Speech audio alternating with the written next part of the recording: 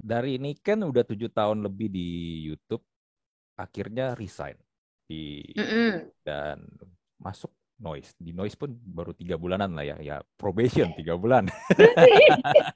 Jadi inget nih gue lulus nggak nih kira-kira nih?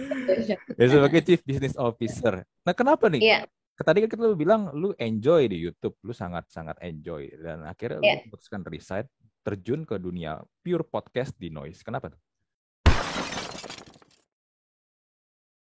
Welcome to Talk Podcast. Let's Talk Now bersama gue Andri dan gue kedatangan seorang wanita cantik. Ini penuh prestasi, pernah kerja di Google dan di YouTube hampir 10 tahun. Tapi yang menarik dari dirinya adalah dia memutuskan untuk resign dari Google dan YouTube untuk membangun industri podcast di Indonesia dan sekarang dia berprofesi sebagai Chief Business Officer di Noise. Niken Betul. Sasmaya. Apa kabar nih? Baik, baik Mas Andri, apa kabarnya? Ya, baik-baik juga. Thank you loh nih kan udah bersedia loh di tengah kesibukannya nih untuk menjadi guest di Talk to Talk Podcast. Nggak apa-apa dong. Ini buat gue ini bukan kerjaan, ini lebih ke fun things ya. Jadi makanya seru banget kayak ngobrol-ngobrol hari ini. Iya, bener bener. Kita kita kerja seperti bermain ya sebenarnya ya. Betul, betul banget, betul banget. Nah, kalau ngomong tentang kerja di Google nih kan, orang kan sering berpikir dan $1 million questionnya adalah kalau masuk di Google itu susah. Pas lagi proses Betul. interviewnya pun juga pada yang bilang, nih banyak yang bilang nih katanya kalau Ya. di Google interviewnya tuh punya pertanyaan yang aneh-aneh, yang kadang-kadang out of the box pertanyaannya. Nah, lu ngalamin juga nggak nih pas lagi sebelum lu join di Google nih? Dulu tuh gue pas join Google tahun, gila 10 tahun yang lalu, tahun berapa tuh, 2011 kalau nggak salah ya, pertama Nah, kali join Google. mm, Dan itu kantornya belum ada di Indonesia. Jadi waktu itu gue di hire di Singapura langsung. oh, Dan ketika mereka interview, gue nya diterbangin ke Singapura untuk ketemu sama beberapa usernya. Jadi dalam satu hari itu ada multiple round of interview lah. mm, Sebenarnya sih pertanyaannya di gue lumayan standar. Kayaknya ketika zaman gue masuk itu memang Google udah lumayan merevamp interview prosesnya. mm, Kalau dulu kan yang interviewnya yang bisa kayak dalam satu kubus berapa bola yang bisa dimasukin gitu kan, yang mm, benar-benar mm, mm, pertanyaan yang menguji kreativitas lo sama kecerdasan lo juga. mm. Cuman ketika gue memang waktu itu kayaknya mereka udah mulai merevamp interview prosesnya, jadi memang banyakkan pertanyaannya tuh lebih ke yang benar-benar kalau yang bahasanya Google tuh kayak GCA-nya ya, General Cognitive Ability.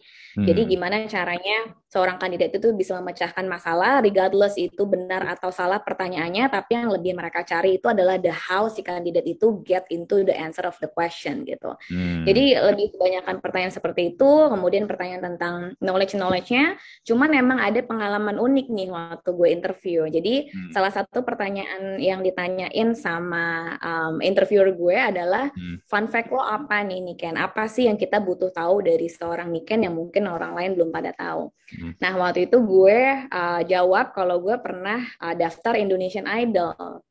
Nah, di Oke.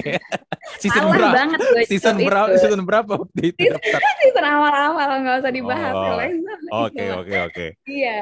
Nah, karena gue jawab itu, langsung lah gue disuruh nyanyi sama calon manajer gue. Ah, oke. Iya.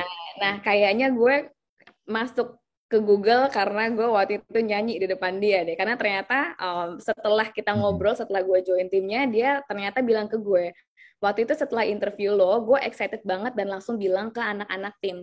Karena di tim gue yang waktu itu, culture-nya adalah mereka suka banget karaoke. Jadi mereka Oh. ngelihat ada culture fit-nya nih antara gue sama Hmm. timnya mereka saat Hmm. itu. Jadi ya blessing in disguise ya. Jadi gue waktu itu sempet sempet nyanyi di interviewnya dan ternyata alhamdulillahnya masuk gitu. Berarti boleh dibilang salah satu faktor X-nya nih, boleh dibilang nih faktor non teknis nih. Lu diterima di Ya, Google karena lu pernah ikut Indonesian Idol dan lu nyanyi pas kayak lagi interview. Oke. kayaknya sih kayak Gue baru pertama kali denger nih ada orang diterima masuk kerja karena lu nyanyi pas lagi interview. betul betul betul. Ini juga gue baru pertama kali cerita soalnya nih. Oke. Salah satu cerita lucunya. Nah, di Google lu jadi apa sih waktu itu di awal-awal? Waktu di awal-awal gue itu jadi partner manager Hmm. buat AdSense. Jadi gue nggak tahu Mas Andri familiar atau enggak untuk AdSense. Hmm. Kalau untuk blogger, kalau untuk yang punya website tuh pasti familiar banget sama AdSense. Jadi Hmm. AdSense tuh kayak produknya Google untuk memberikan revenue kepada publisher dari advertiser yang kita punya. Jadi waktu itu gue kerja sama publisher-publisher gede di Indo kayak Detik, Viva, terus Kaskus dulu masih gede-gedenya kan, untuk ngebuka inventorinya mereka supaya si pengiklan-pengiklan bisa masuk, sama kerja juga sama blogger-blogger yang emang mereka individual blogger yang butuh revenue dari sisi pengiklan gitu. Oh gitu. Ini berarti di YouTube udah ada belum AdSense nih? YouTube itu pakai sistem AdSense juga. Jadi ketika YouTube diakuisisi sama Google, AdSense-nya sistemnya dipakai sama YouTube untuk generate revenue untuk para creator gitu. Iya. Ya karena kan di podcast gue juga ada di YouTube, gue juga terima AdSense dari YouTube. Cuman kan betul. Tadi kan lu bilang kan, ya gajian lah, kita selalu ngomongin gajian dari AdSense. Cuman kan tadi kan lu bilang, lu kan di awal kan untuk lebih ke website dan juga untuk blogger kan. Nah, tapi pertanyaan gue tadi, lu juga di YouTube juga nggak nih untuk AdSense-nya? Maksud gue gitu loh. Oh, kalau dulu enggak. Jadi kan kalau di YouTube itu emang our own product kan. Sedangkan kalau gue itu kan memang role-nya adalah mencari sebenarnya website-website baru yang bisa kita implementasiin AdSense. Sedangkan karena YouTube memang produknya kita sendiri, jadi ya gue nggak usah ngapa-ngapain lagi gitu di YouTube. Jadi waktu di YouTube itu role-nya gue completely different sama role-nya gue waktu di AdSense ini. Oke. Nah itu gimana cerita itu lu dari di Google untuk ngurusin AdSense-nya yang para website dan juga blogger-blogger ini, lu dipindahin ke YouTube atau lu yang mengajukan diri atau gimana? Jadi gini, jadi ini juga salah satu cerita lucu juga sih. Jadi waktu gue pertama kali masuk Google, gue tuh udah suka banget sama produk si YouTube ini gitu kan. Karena kan emang gue dari dulu emang suka entertainment, anything about content tuh gue suka banget. Jadi waktu itu YouTube itu adalah very very hot role di Google gitu, karena emang produknya seksi kan. Jadi setiap kali ada role open di Google tuh semua orang pasti internally pengen banget daftar untuk role open yang ada di YouTube.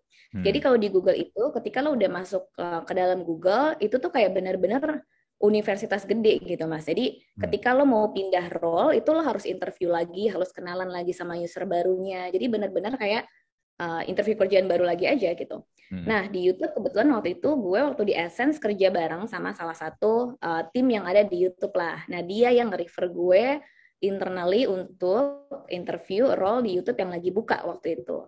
Jadi gue interview waktu itu, dan ketika gue interview mungkin ini salah satu alasan kenapa gue keterima adalah karena waktu itu gue juga sempat punya YouTube channel barengan sama adik gue. Jadi kita sempat bikin video iseng-isengan lah. Dulu pengen jadi YouTuber ceritanya. Bikin video iseng-isengan, terus ketika gue di interview, kenapa lo mau masuk YouTube? Ya gue bilang karena gue passionate banget soal produk ini. Terus gue tunjukin lah YouTube channel gue. Kayaknya gara-gara itu keterima nih jadinya di kerjaan si YouTube ini.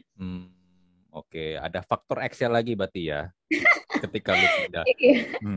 Tapi selalu ada cerita-cerita lucunya. Iya, tapi di Google ke YouTube pun lu tetap harus interview walaupun sama-sama satu tetap harus grup interview. Betul banget. Oke. Kirain hanya pindahin divisi doang gitu, enggak ya?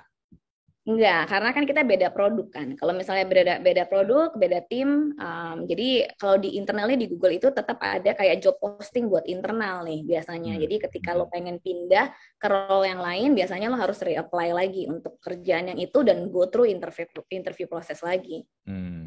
Oke. Nah, kalau gue lihat ini ya di background karir lo nih, lo di YouTube nih justru paling lama nih, 7 tahun lebih. Iya, betul banget. Paling happy gue kayaknya di YouTube. Iya, kan lu di YouTube ngapain aja jadinya nih sebenarnya? Di YouTube waktu itu seru banget, karena waktu gue pertama join itu tahun 2013-an awal, YouTube baru banget mulai berkembang ya, Mas Andri. Jadi dulu tuh di Indonesia, YouTubers yang punya 100.000 subscribers cuma Raditya Dika. Waktu gue pertama kali join, yang paling gedenya ya. Kemudian ada Eduzel, kemudian ada Skinny Indonesian. Jadi waktu itu role gue adalah sebagai strategic partner manager, di mana gue itu responsibility-nya adalah untuk growing creator ecosystem di Indonesia, di Southeast Asia, sama waktu itu juga ke bagian Australia New Zealand karena memang timnya masih kecil banget. Jadi Hmm. ketika gue join, gue satu orang yang harus ngurusin semua negara-negara ini. Jadi gue ngebantu para youtuber-youtuber ini yang dulu masih masih pada baru-baru banget Hmm. start karirnya mereka di YouTube Hmm. untuk ngajarin mereka gimana sih caranya mereka bisa gede di YouTube. Kemudian gue kenalin mereka sama kreator yang lainnya, Hmm. gue encourage mereka untuk kolaborasi, terus kita bikin komunitas yang kuat banget. Terus dari situ lahirlah YouTube Rewind Indonesia yang pertama kali itu di kantornya Google Indo. Nah, Hmm. di situ baru benar-benar kelihatan nih komunitas di Indonesia tuh emang udah lumayan strong lah untuk kreator-kreatornya, mereka bikin konten sendiri buat memperbesar komunitasnya. Jadi Hmm. ya itu role-nya gue ya dulu gue dipanggilnya maminya YouTubers nih. Jadi emang benar-benar kayak mami aja gitu, naktir mereka makan, Hmm. terus Hmm. kayak Hmm. kenalin mereka satu sama lain supaya mereka juga bisa jadi gede lah gitu. Iya, iya, iya. Berarti boleh dibilang lu adalah orang yang ini ya, berperan untuk nurture para YouTuber-YouTuber awal nih sebenarnya nih. Betul, betul, betul. Oke. Nah, kalau ngomong YouTube nih, harusnya lu juga inilah orang yang tepat lah menurut gua untuk kita bahas YouTube. YouTube dulu nih sama YouTube sekarang kan udah jauh banget berbeda ya. Aduh, Aduh. to be honest ya, kalau gue lihat ini nih trendingnya di YouTube nih, gue Iya, kalau iya, bandingin sama yang dulu-dulu, oh my God, isinya, iya. sorry to Beda say ya. ya, tapi secara quality menurut gue jadi sama TV tuh nggak ada bedanya gitu loh. Dulu kan Iya, kenapa iya, kita iya. suka nonton di YouTube karena ya kita Kontennya beda. kontennya beda, kita bisa dapetin hal-hal yang baru dan nggak ada di TV gitu loh. Tapi Benar, karena benar. kalau gue perhatiin juga karena ini ya, semenjak pandemi juga banyak artis, banyak juga yang biasa tampil di TV nggak punya job, akhirnya pada switch ke YouTube, udah semuanya pindah Mm-mm. semua ke YouTube nih. Nah, lu ngeliatnya Mm-mm. gimana nih kalau sekarang ekosistem YouTube sendiri? Karena akhirnya beberapa YouTuber awal yang lu nurture pun akhirnya cabut kan karena oke, Keluar dari gua YouTube ya. give up lah. Males udah kayak begini-begini.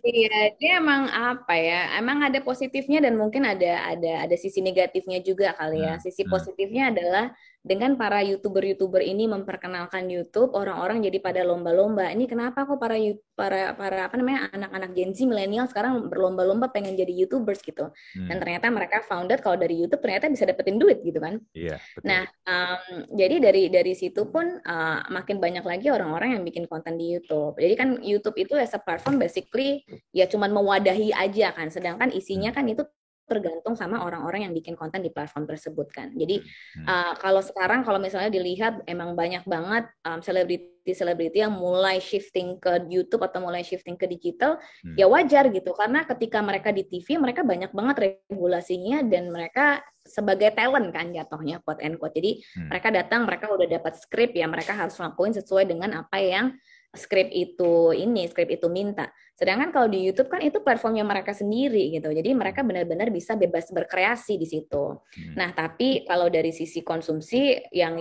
lumayan sedihnya atau lumayan yang mirisnya adalah Hmm. ketika kita lihatin yang tadi Mas Andri juga bilang ketika dilihat trending topiknya YouTube sekarang udah ini banget lah beda banget kualitasnya sama trending topik yang mungkin di tahun-tahun sebelumnya tapi at Hmm. the same time itu juga nunjukin kalau misalnya memang masyarakat Indonesia emang masih into konten-konten yang seperti itu gitu. Nah makanya ini nih sebenarnya tugasnya para kreator-kreator YouTube untuk bisa mengeduket masyarakat Indo juga supaya mereka nggak melulu nonton konten-konten yang sebenarnya di TV juga banyak gitu.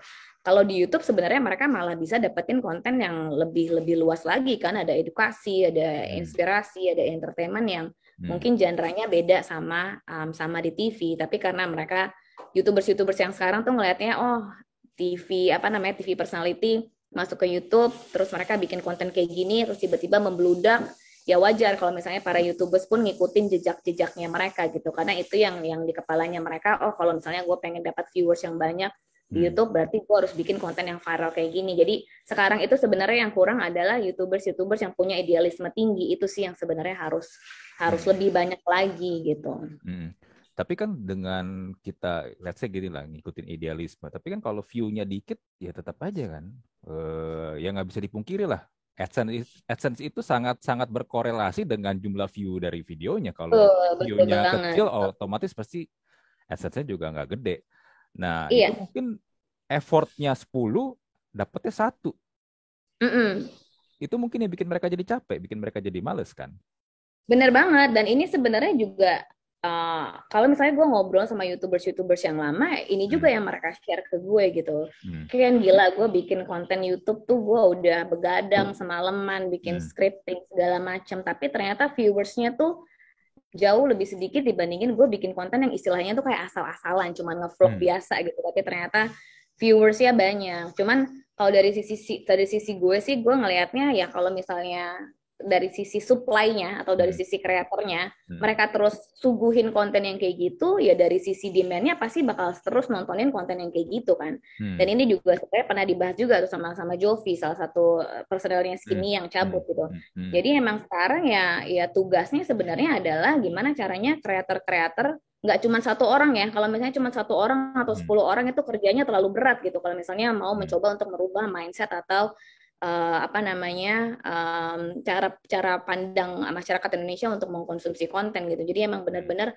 harus harus ini adalah kerjaan rame-rame sebenarnya gitu kan. Jadi Hmm. nggak bisa cuma satu kreator doang yang pengen fokus untuk membuat perubahan, itu pasti akan sulit banget. Dan that's also the reason kenapa Skinny akhirnya memutuskan untuk keluar dari YouTube gitu, karena mereka ngelihatnya mereka udah berusaha tapi ternyata ada 5 juta creators out there yang lebih prefer untuk cara singkatnya lah untuk dapetin viewers. Jadi emang Hmm. emang susah sih Mas, emang konten supply and demand itu kan kayak chicken and egg ya. Jadi lo Iya. ada supply-nya ya itu yang dikonsum, ya kalau nggak ada supply-nya ya orang nggak akan consume gitu. Hmm. Bener-bener. Ya akhirnya industrinya mereka juga akhirnya kalah juga sama pasar kan, sama market kan. Iya, Mau akhirnya mau mereka yang memilih ke iya, tempat lain. mau create market pun juga ya kalau tetap aja kalah dengan jumlah, dengan quantity, ya mau gimana pun juga akhirnya ya udah pasti nggak akan tahan lama juga sih. Iya, Susah. akan susah untuk bertahannya. Kecuali tiba-tiba Hmm. semua orang mempunyai mindset yang sama, Hmm. berame-rame untuk mengedukasi masyarakat Indonesia dengan tontonan yang lebih mengedukasi gitu kan. Hmm. Mungkin di sini government juga kayaknya harus ada sedikit intervensinya nih untuk ada campaign yang berputar apa namanya di sekitar situ supaya kreator-kreator juga merasa banyak yang support mereka gitu. Iya, iya, tapi itu nggak tahu kapan. Kan sulit sepertinya. Ini nggak bisa diselesaikan dalam satu malam ini isunya ini. Iya, memang memang nggak bisa. Gini, sebelum sebelum gue mulai bikin podcastnya di YouTube pun juga beberapa temen gue juga bilang, ngapain lu bikin di YouTube, lu pasti akan susah bersaing dengan. Karena waktu itu gue mulai Ya. 2018, Hmm. para selebriti, para artis sudah mulai pada masuk tuh yang biasa di TV pada masuk ke YouTube kan. Gue Ya. bilang gue tahu gitu loh. Dan tapi gue nggak mau bermain di segmen mereka karena gue dari Hmm. awal memang sebenarnya pengen, gue punya cita-cita, gue tuh pengen punya acara talk show sendiri. Ya, ya, ya, Ya ya. terinspirasi dari dulu gue suka nonton Oprah Winfrey. Kalau sekarang juga Hmm. mungkin kalau di apa late night show kayak James Corden, Jimmy Kimmel, segala macam. Gue suka gitu Ya. nonton nonton talk show Hmm. kayak begitu. Nah cuman kan kalau untuk bikin talk show gitu kan lo harus ada panggung. Ya mau nggak mau Iya, lo harus betul. masuk TV kan. Kalau nggak lo siapa yang mau nontonin lu gitu. Lu nggak mungkin buka panggung sendiri terus tiba-tiba ngajakin orang nonton di Ya, depan ya, ini ya, kan ya. nontonin lu kan. Hmm. Temen akhirnya ada YouTube seperti ini dan ternyata sebenarnya di Amerika ada konsep yang namanya podcast. Walaupun podcast itu memang secara ini ya terminologi itu audio ya, tapi Betul. gue lihat Joe Rogan, gue lihat beberapa juga yang lain di YouTube di Amerika pun Ya. mereka juga ada video gitu. Jadi gue coba aja Hmm. implementasiin. Memang Hmm. gue Hmm. nggak bisa bilang gue bisa dapetin jutaan viewers, tapi at least gue Ya. masih bisa dapetin puluhan ribu lah. Gue paling banyak pernah Iya, pernah iya. hits 50 ribuan. Tapi ya Ya. buat gua kalau kita nggak pernah mau memulai, kita ya kayak tadi lu bilang nih kan, kalau cuma satu dua orang doang yang jalan ya nggak akan pernah bisa. Harus Betul, harus betul. harus apa ya? Ya harus mulai muncul satu demi satu sih Iya, kalau menurut gua. betul, betul, betul. Mm-mm. Iya, emang harus banyak lagi nih Mas Andri, Hmm. konten-konten yang kayak lo di YouTube tuh emang harus diperbanyak lagi. Dan emang kebanyakan orang itu the reason kenapa sekarang YouTube itu mungkin terlalu banyak konten-konten yang di kalangannya kita tuh kayak nggak terlalu mengedukasi, karena Hmm.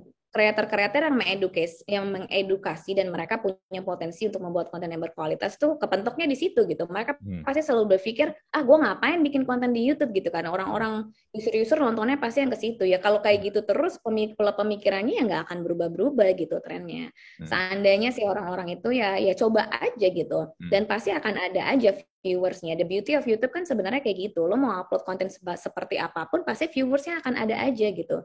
Dan orang-orang yang udah suka sama konten lo, ya mereka akan stick untuk nontonin konten lo. Ya itu sih yang sebenarnya harus bikin kreator termotivasi untuk terus bikin sesuatu yang bagus gitu. Kalau misalnya mereka mengharapkan kayak overnight success gitu kayak Atta Halilintar yang dalam jangka waktu cuma beberapa tahun 20 juta subscribers, ya susah gitu kan.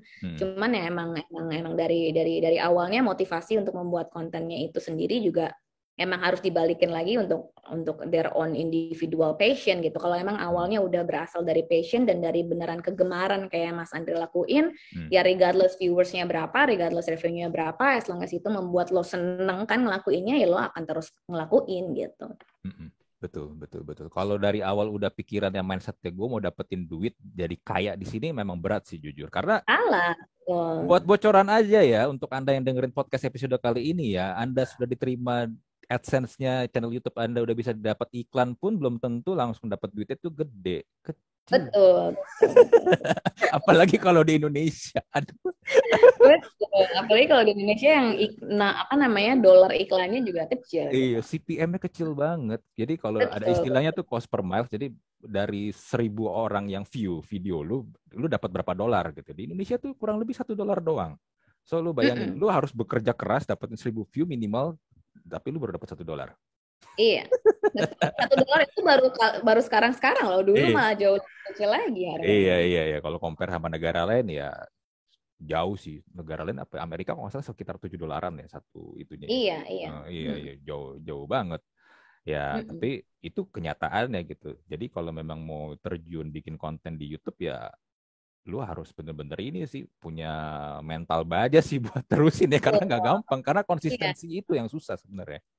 Benar banget, benar banget. Dan emang harus diganti gitu mindsetnya. Emang bukan buat ngejar duit, karena kalau buat ngejar duit ya gampang menyerahnya gitu. Hmm. Oke. Nah, dari ini kan udah 7 tahun lebih di YouTube, akhirnya resign di Mm-mm. dan masuk Noise. Di Noise pun baru 3 bulanan lah ya, ya probation 3 bulan. Jadi inget nih gue lulus nggak nih kira-kira nih? Ya sebagai Chief Business Officer. Nah, kenapa nih? Iya, Tadi kan lu bilang lu enjoy di YouTube, lu sangat-sangat enjoy dan akhirnya lu iya. memutuskan resign, terjun ke dunia pure podcast di Noise. Kenapa tuh?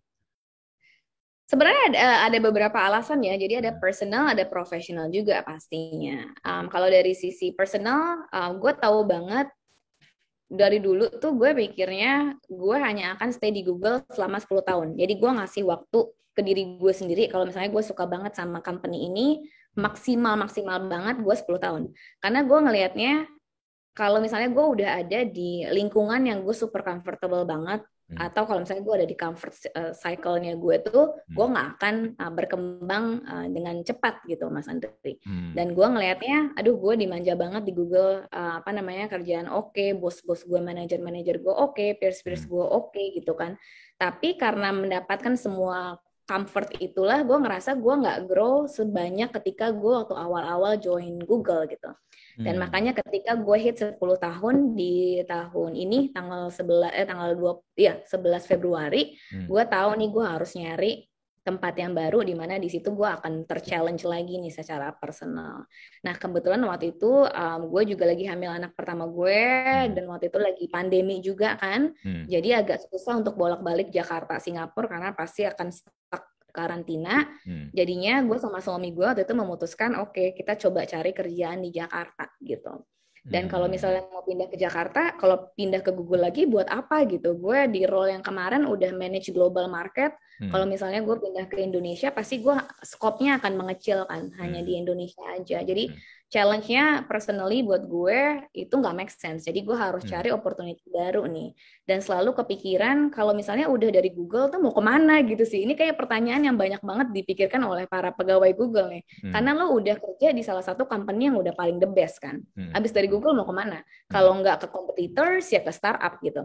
Dan gue waktu itu percaya Google compare ke kompetitors yang lainnya tuh udah punya produk paling oke gitu. Jadi ya udah learning curve-nya tuh mungkin nggak akan seseru waktu gue di Google. Jadi gue memutuskan untuk ke startup dan kebetulan waktu itu memang ada offering dari Noise ini. Jadi yang nawarin gue juga dulu salah satu mantan mentor gue di Google. Jadi dia join sebagai apa namanya part of the investor group, Hmm. kemudian introducing gue ke opportunity ini gitu. Dan ternyata setelah dikulik-kulik, wah ternyata kok seru ya. Dan audio itu kan beda banget sama video kan. Hmm. Jadi dulu sebelum gue join Noise pun sebenarnya udah banyak banget tawaran untuk join kompetitornya YouTube dari sisi video. Cuman gue juga udah mikirnya, aduh video ini udah terlalu cluttered dan kalau ngomongin video YouTube Hmm. udah yang paling gede lah. Ngapain gue Hmm. join ke competitionnya gitu. Hmm. Sedangkan kalau audio ini kan industri yang baru banget ya masuk ke digital ya, especially di Indonesia. Hmm. Kalau di luar mungkin udah lama lah, podcasting di US itu udah mature banget Hmm. marketnya. Hmm. Tapi kalau di Indonesia kan baru banget dan jadinya gue ngelihatnya wah ini ada potensi untuk bisa seseru waktu pertama kali gue join video nih. Hmm. Dan masih di ranah yang gue suka, which is entertainment combine sama teknologi gitu. Jadinya gue ngelihatnya pun opportunity-nya tuh sebenarnya besar banget Hmm. dan Noise ini kan kayak salah satu produk yang mungkin salah satu pionirnya ya di Indonesia karena sekarang belum banyak nih Hmm. playersnya dari sisi audio podcast apalagi yang lokal. Jadi Hmm. gue ngelihatnya wah potensi marketnya tuh sebenarnya besar banget, potensi growth-nya besar banget. Jadinya gue pengen ada di situ ketika si produk ini nantinya akan makin membesar gitu sih. Hmm. Hmm. Lu bisa dibilang ini enggak sih, lu tuh tipe orang yang memang suka building sesuatu tuh dari Betul. nol atau mungkin dari kecil sampai nanti tuh dia menjadi sesuatu, something. So from zero to something. Ya, bener banget.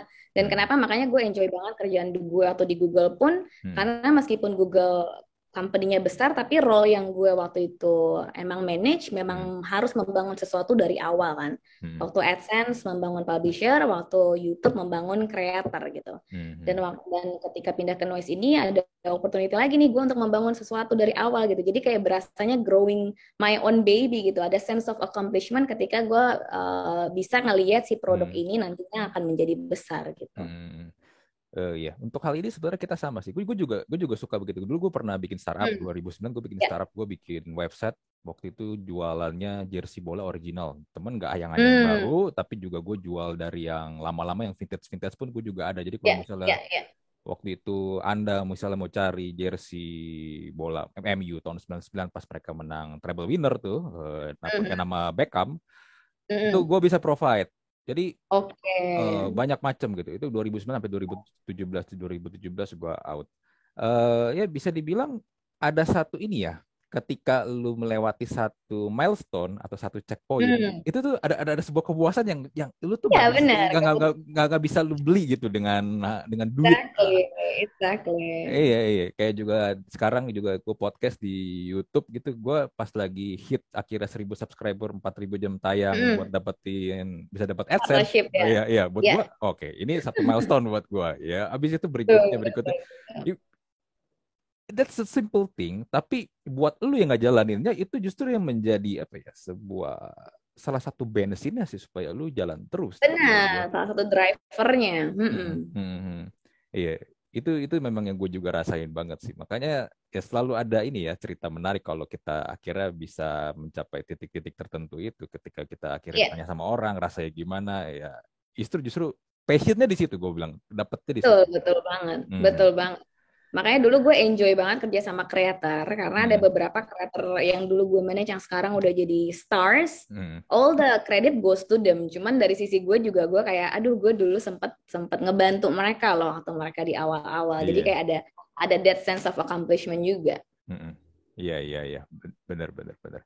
Nah, kalau untuk noise sendiri nih, kalau kita ngomongin juga industri podcast di Indonesia, tadi kan lu juga lu juga bilang ya belum terlalu mature. Gue juga lihat sekarang kan podcast pun akhirnya jadi orang mulai pada bikin podcast ya, nggak bisa dipungkiri Ya, karena salah satu faktornya adalah podcastnya Deddy Corbuzier itu gila banget. ya banget, betul, Viewersnya gila banget, juga banyak betul. ngundang orang-orang yang tadinya lu nggak apa ya, lu nggak bakal nyangka Tahu ya, dia bakal ngobrol, lu bakal orang itu bakal ngomong sesuatu yang mungkin lu hanya bisa lihat di TV, tapi di TV kan juga kayak lu bilang ada regulasi, nggak bisa ya, sembarangan ngomong kan. ya, Ya, tapi ya, ternyata dia bisa ngomong dengan bebas juga di situ. Nah, lu ngeliatnya betul. sekarang gimana nih podcast sendiri? Apakah ini trennya seperti YouTube kah atau bagaimana nih? Kalau gue ngeliat ada kecenderungan ke arah YouTube ya, Hmm. karena dari sisi kita pun goalnya kita tuh sebenarnya Noise sebagai local platform kita pengen growing di entire ecosystem gitu. Hmm. Karena kalau misalnya yang bikin podcast itu nama-nama yang udah besar ya orangnya itu lagi gitu kan. Jadi yang podcaster yang baru pun mereka akan ragu untuk memulai karena takutnya mereka mikirnya aduh ya gue pasti bakal kalah lah sama siapa, sama Dedi gitu misalnya. Deddy Corbuzier bikin podcast di Noise ya gue bakal kalah lah pasti dah sama Dedi.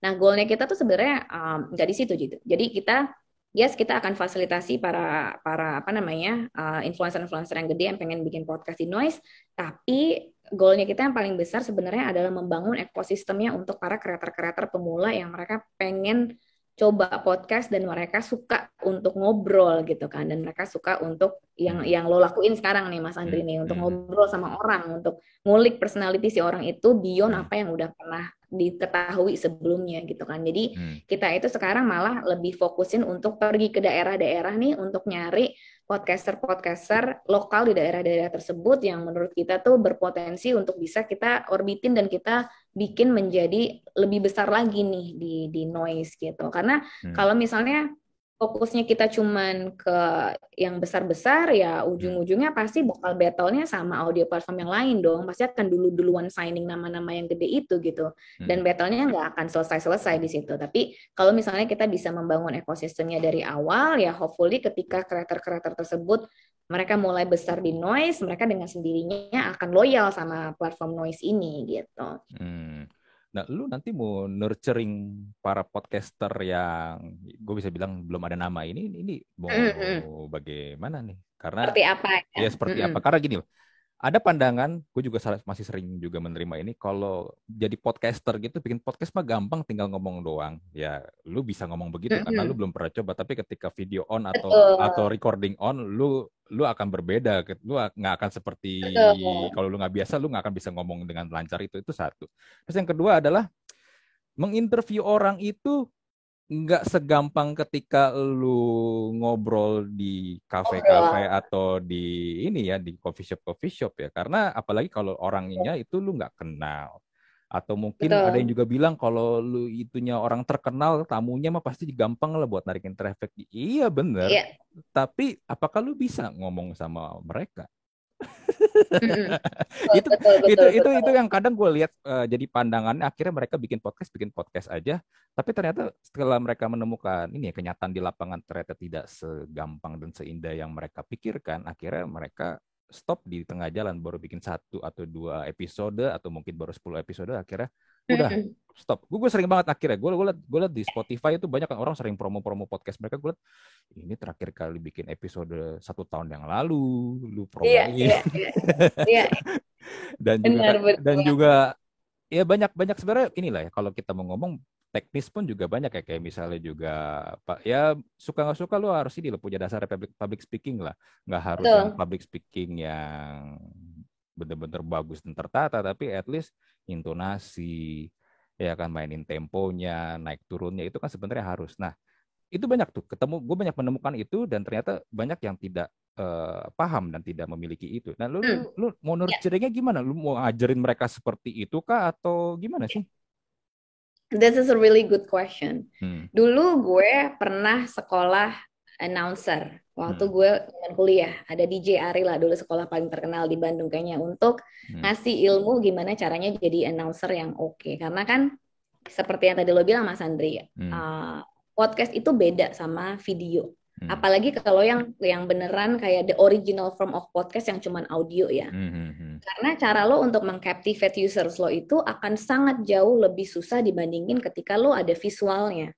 Gitu. Jadi modal lo itu cuman suara, ya nggak sih? Modal lo tuh cuman suara lo dan intonasi lo, gimana caranya lo bisa mengatur itu supaya lo bisa mengcaptivate pendengar lo.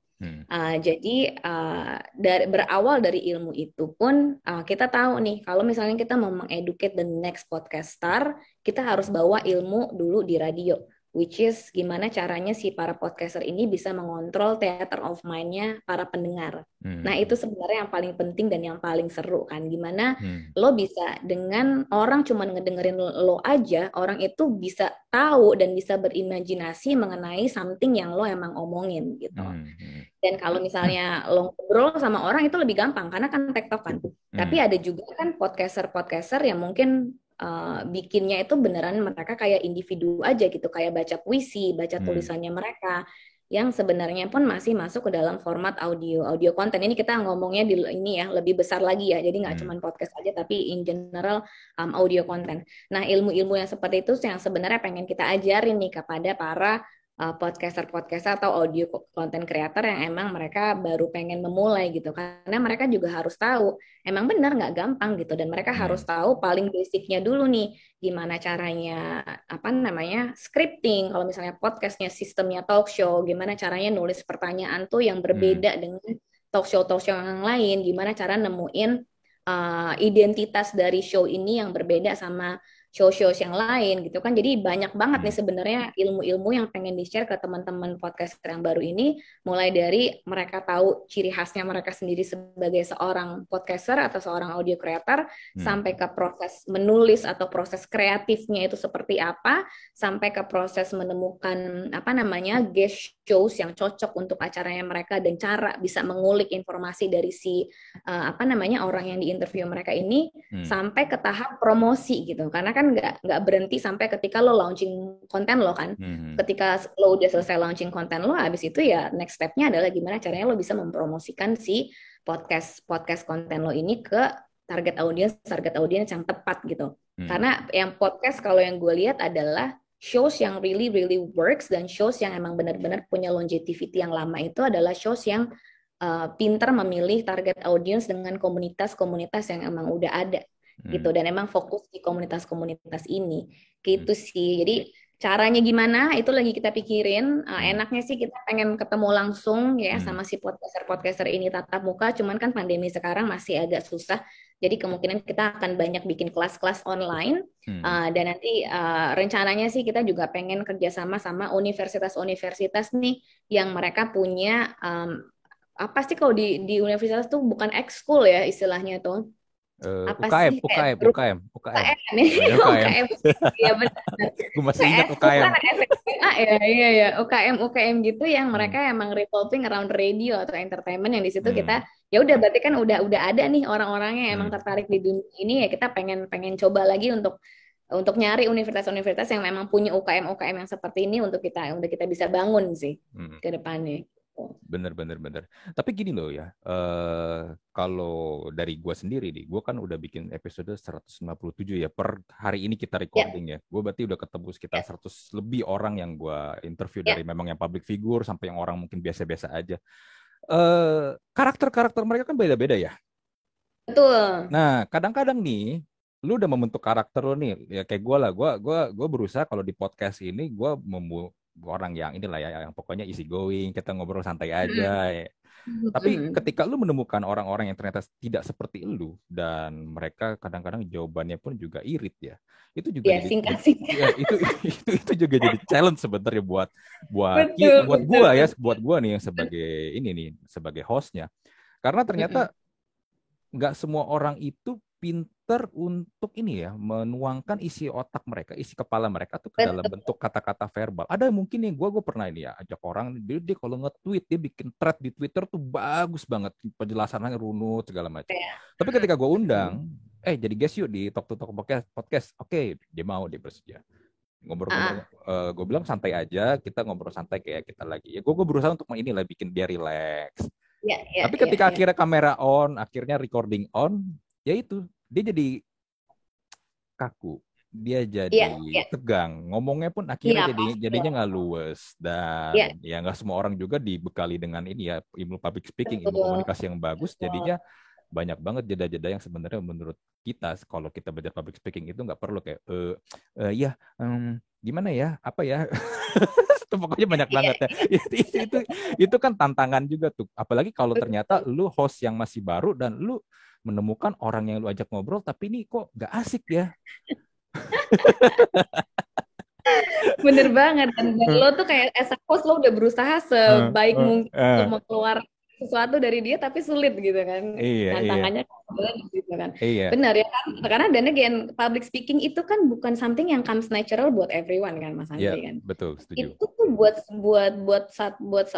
seseorang Deddy Kobushi aja dia harus training tuh yang dia risetnya tuh banyak banget Bener. sampai akhirnya dia memutuskan untuk bikin podcast itu dia nggak Hmm, cuma gue iseng aja bikin bikin hmm, podcast dan hmm, sukses dalam satu malam gitu kan dia hmm. bikin konten podcast itu udah lumayan lama dan akhirnya benar-benar baru nemu formulanya mungkin beberapa tahun belakangan gitu Hmm, hmm. jadi ya sebagai sebagai podcaster pemula ya seorang Deddy Kobushi aja kayak gitu researchnya tuh super super deep juga dan iya kalau misalnya berhubungan sama apa namanya narasumber itu kan kita sama sekali nggak bisa menebak ya orangnya yang seperti apa tapi Hmm. ya itu dia ya emang harus banyak trial and errornya dan kalau misalnya narasumbernya susah untuk diajak ngobrol mungkin emang harus ditemenin sama seseorang yang lain gitu yang dia bisa Mhm. lebih comfortable open jadi kan sebenarnya emang emang ada trik and apa namanya trik-trik khususnya lah mungkin untuk bisa lebih mengoptimalkan sesi interview itu gitu cuman iya sih lo udah experience banget di bidang ini,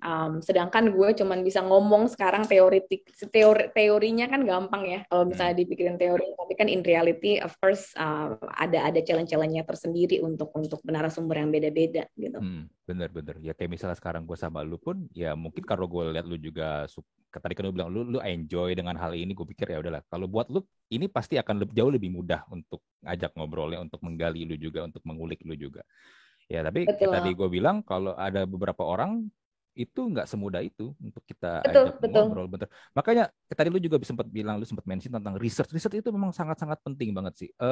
Gini, gue kan pernah ikut juga kelas podcastnya Deddy Kobusier ya. Waktu itu dia sempat buka kelas Mm-mm. podcast sebentar doang. Oh ada ya waktu itu ya? Ada dikasih sertifikat segala waktu itu sama dia. Nah, Nah, oke. dia juga sangat menekankan kalau riset itu penting. Lu harus cari tahu sebanyak-banyak mungkin, bahkan even just something like a little fact yang mungkin buat orang itu hal yang remeh gitu. Tapi Betul, ketika lu coba ajak ngobrol, ternyata sebenarnya itu hal yang sebenarnya itu menarik buat dia dan lu akhirnya bisa betul. Dan membuat dia bisa satu top. membuka, iya. Iya, satu topik obrolan yang jadi panjang dan awalnya mungkin itu sebenarnya juga jadi pembuka supaya lu jadi ngobrol lebih enak.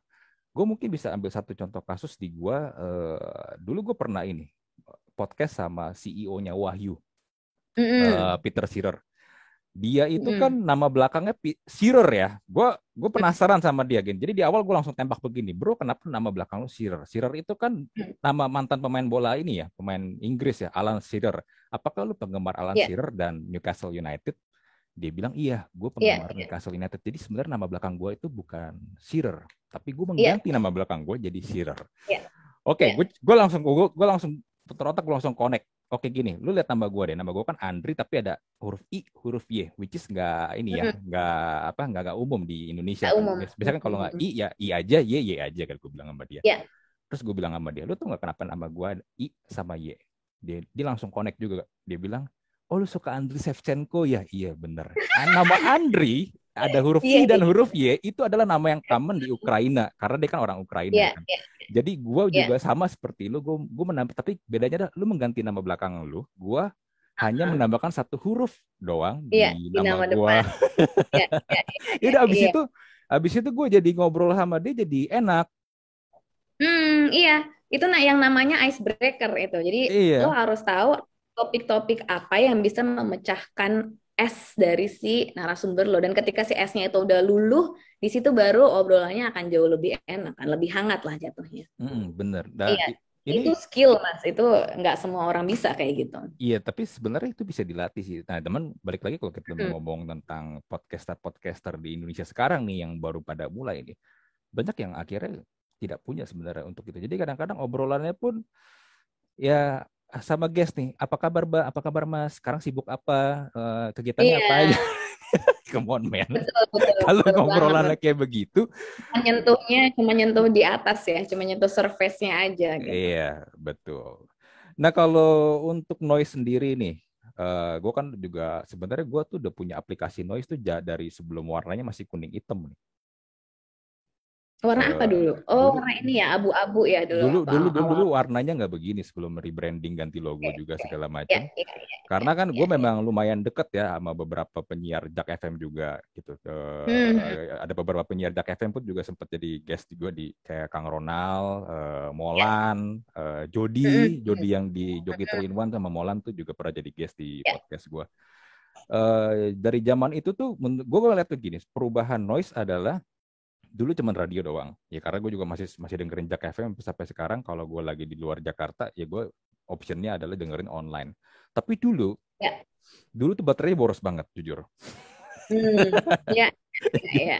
Baterainya boros banget. Lalu akhirnya mulai Ya, rebranding dan berubah seperti ini. Dan gue lihat emang banyak akhirnya menjadi banyak podcast-podcast yang dikelola secara eksklusif ya dan memang original juga dari Noise.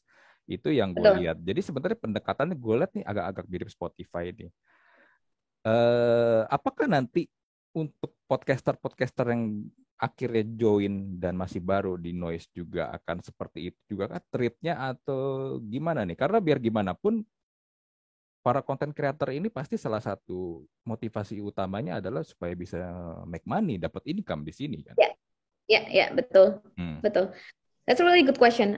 Jadi kalau dari sisi kita, kalau original sama eksklusif nggak usah ditanya mereka making money-nya dari mana, karena pasti ada nilai kontraknya kan yang kita Hmm. sign ke mereka. Hmm. Tapi untuk para podcaster baru nih, gimana sih caranya nanti mereka bisa hopefully ke depannya menjadikan podcasting itu sebagai kerjaannya mereka. Kan sebenarnya goalnya kita tuh ke sana kan. Jadi Hmm. goalnya Hmm. kita itu adalah belajar dari YouTube. Kita tahu kalau fokusnya kita tuh harus untuk mensejahterakan kreator. Hmm. Karena kalau kreatornya udah sejahtera, kreator makin banyak, user pun makin banyak yang datang dengerin kreator-kreator ini gitu kan. Hmm. Nah, ketika user makin banyak, kreator makin banyak, ya advertiser juga pasti akan makin banyak yang spending di noise. Nah, kalau dari sisi kita, ada beberapa strategi monetisasi yang memang akan kita launching untuk para kreatornya kita ke Hmm. depannya nih, Mas Hmm. Andri. Jadi, sebenarnya sebelum sebelum komonetisasi, mungkin aku ngomongin dari si programnya dulu kali ya. Hmm. Jadi Hmm. kita tuh pengen banget bikin program similar kayak YouTube. Di YouTube kan ada YouTube Partnership Program ya. Hmm. Di mana ketika udah hit certain threshold yang 1.000 subscribers, 4.000 watch time itu bisa jadi partner dan bisa start generating duit. Hmm. Kalau di Noise kita pengen bilangnya sebagai Noise Content Universe. Hmm. Jadi kalau MCU, Marvel punya Hmm. MCU, Hmm. Noise pengen punya Noise Content Universe. Hmm. Jadi kreator-kreator yang nanti udah ada apa namanya? Meet the threshold untuk masuk ke Noise Content Universe, Hmm. di sini mereka akan lebih banyak lagi dapetin benefit dari Noise. Jadi Hmm. kita akan ada pelatihan untuk mereka yang tadi kita udah sempat cerita di awal. Kemudian kita akan package kontennya kalau memang kontennya bagus untuk para advertiser untuk kita jual dan nanti akan ada revenue sharingnya. Hmm. Kemudian kita akan juga bantu promosiin para creator ini supaya kontennya mereka pun lebih banyak lagi didengar oleh para usernya kita gitu. Nah, Hmm. itu that's one thing. Nah, kalau dari sisi monetization-nya, ada beberapa tipe monetisasi yang mau kita fokusin, tapi kita akan jauh lebih fokus ke creator driven monetization atau monetisasi itu yang datangnya langsung dari user atau langsung dari fansnya para si creator ini. Karena di situ kita ngelihatnya creator di incentivize dengan revenue dari si user, Hmm. user tuh senang ngasih sesuatu ke idolanya gitu. Jadi Hmm. ada behavior itu yang kita belajar nih di Indonesia sekarang. Hmm. Jadi kalau Mas Nanti udah masuk ke Noise sekarang di feature live kita yang baru kita launching tuh beberapa minggu kemarin, Hmm. ada button untuk link ke Saweria. Jadi Saweria ini kan kayak Iya. link donasi lah. Jadi Hmm. Hmm. fans bisa donasi ke kreatornya lewat si link itu. Nah, nanti ke depannya kita akan ngeliat nih resultnya dari si Saweria ini untuk kita jadikan pembelajaran buat launching built-in produknya kita sendiri nih untuk si Saweria ini. Jadi nanti ke depannya ketika Noise Live, user akan bisa kasih virtual gifting yang nanti bentuknya pun akan lucu-lucu kita sesuaiin sama orang Indonesia gitu. Misalnya kasih duren lah, atau kasih kopi lah, atau kasih apa yang nanti akan bisa di-value dalam bentuk uang yang akan bisa dipakai oleh kreatornya untuk beli alat lah atau untuk ini, untuk apa namanya, untuk memperbesar konten mereka lagi gitu. Hmm. Hmm. Jadi memang masih ini ya, memang dari Noise sendiri juga ada plan memang juga untuk membantu promote juga ya, nggak hanya cuma nurture doang ya. Karena begini loh, gue kan juga berapa kali diajakin ya masuk ke beberapa platform podcast ya. Gue buka aja lah, salah satunya adalah Kaskus karena Nah, tapi Kaskus sayangnya adalah karena per bulan ini akhirnya mereka menutup platform podcast mereka.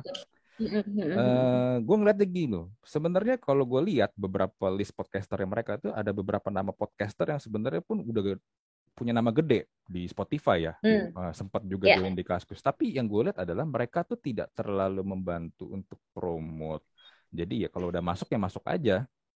Mereka lebih fokus untuk mempromot podcast-podcast yang mereka Platformnya. platform mereka sendiri gitu loh. Sedangkan sebenarnya kalau mereka lebih pengen supaya drive traffic lebih lebih banyak ke Kaskusnya, ya harusnya kan orang-orang yang udah punya podcast yang udah lama nih, yang episodenya udah banyak nih, yang juga udah punya followers tersendiri nih, ya harusnya yang mereka lebih fokus bantu juga dong di situ dong. Ya memang lu terserah kalau lu mau bantu yang udah yang lu mau ini ya mau lu mau promote yang punya lu sendiri nggak apa-apa, tapi yang ini nih yang lu ajakin nih buat join nih akhirnya kan lu buang aja kan lu bikin ya, you just neglect mereka kan dan akhirnya ya mereka males lah karena mereka sebenarnya kan nggak ini ya nggak punya kewajiban juga untuk promote di Kaskusnya juga ya karena Ya, mereka juga ya, ada di YouTube mereka juga ada di Spotify ya ngapain juga gue promote Kaskus kalau dari Spotify YouTube aja gue betul, juga masih dapetin viewers atau dapetin listeners betul, betul.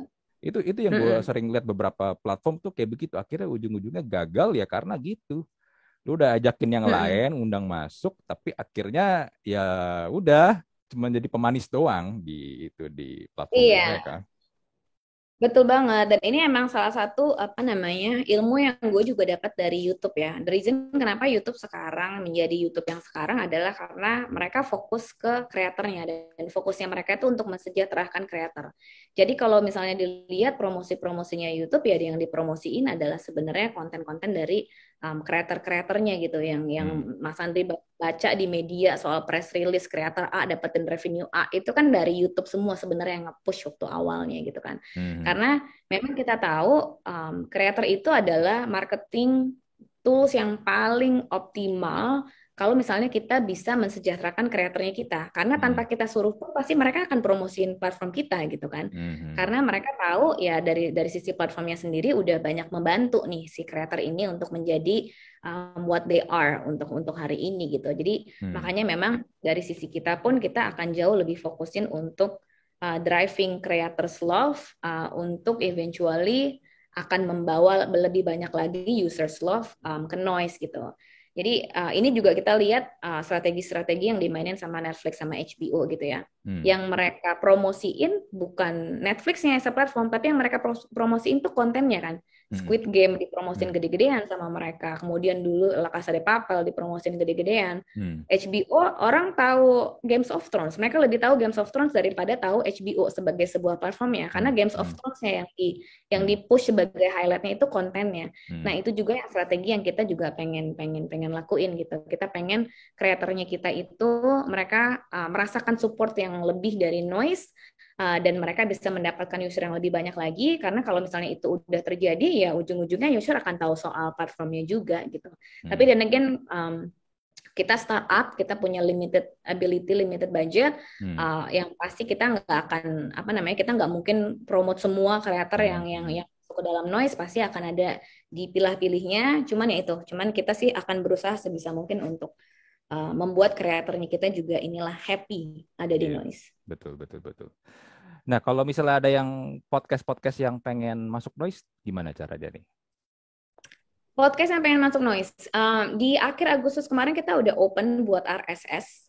Jadi kalau misalnya podcaster udah upload podcastnya mereka ke podcast host kayak Anchor, mereka tinggal kasih linknya ke timnya kita untuk nanti timnya kita naikin untuk bisa di stream di noise. Saat ini caranya masih manual nih, kita lagi figuring out cara yang lebih otomatis lagi. Jadi nanti ke depannya podcaster bisa langsung upload kontennya mereka di noise gitu. Oke, oke, oke. Nah, nanti kalau misalnya ada yang pengen nih, email atau gimana nih kalau mau kirim? Saat ini masih email. Jadi emailnya ke creators@noise.id. Creator pakai s@noise.id. Nanti dari situ timnya kita akan bantu untuk kurasi lah, karena kita juga maunya podcast yang akan kita tunjukin di Noise, obviously pasti yang family safe ya, yang nggak apa namanya aneh-aneh lah. Jadi masih tetap ada proses kurasinya gitu. Nanti gua taruh juga lah ya emailnya di description. Siapa tahu nih ada yang Ya, pengen masukin siapa tahu ada yang pengen ya. podcast di Noise.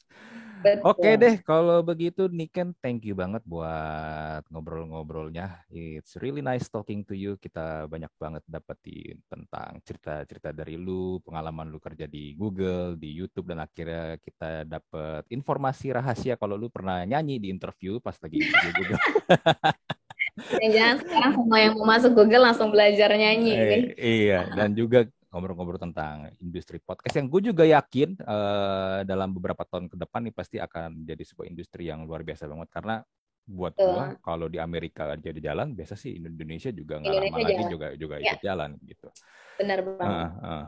Oke, sekali lagi thank you buat Niken untuk waktunya. Kita jumpa lagi di episode Talk Talk Talk podcast berikutnya. Thank you banget. Oh ya, ngomong-ngomong Talk to Talk podcast juga sudah ada di Noise, jadi kalian bisa search bisa install dulu kalau yang belum punya aplikasinya di Play Eh, Store atau di App Store.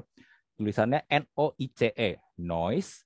Nanti tinggal install, kalian bisa search ada Talk to Talk podcast juga di Noise.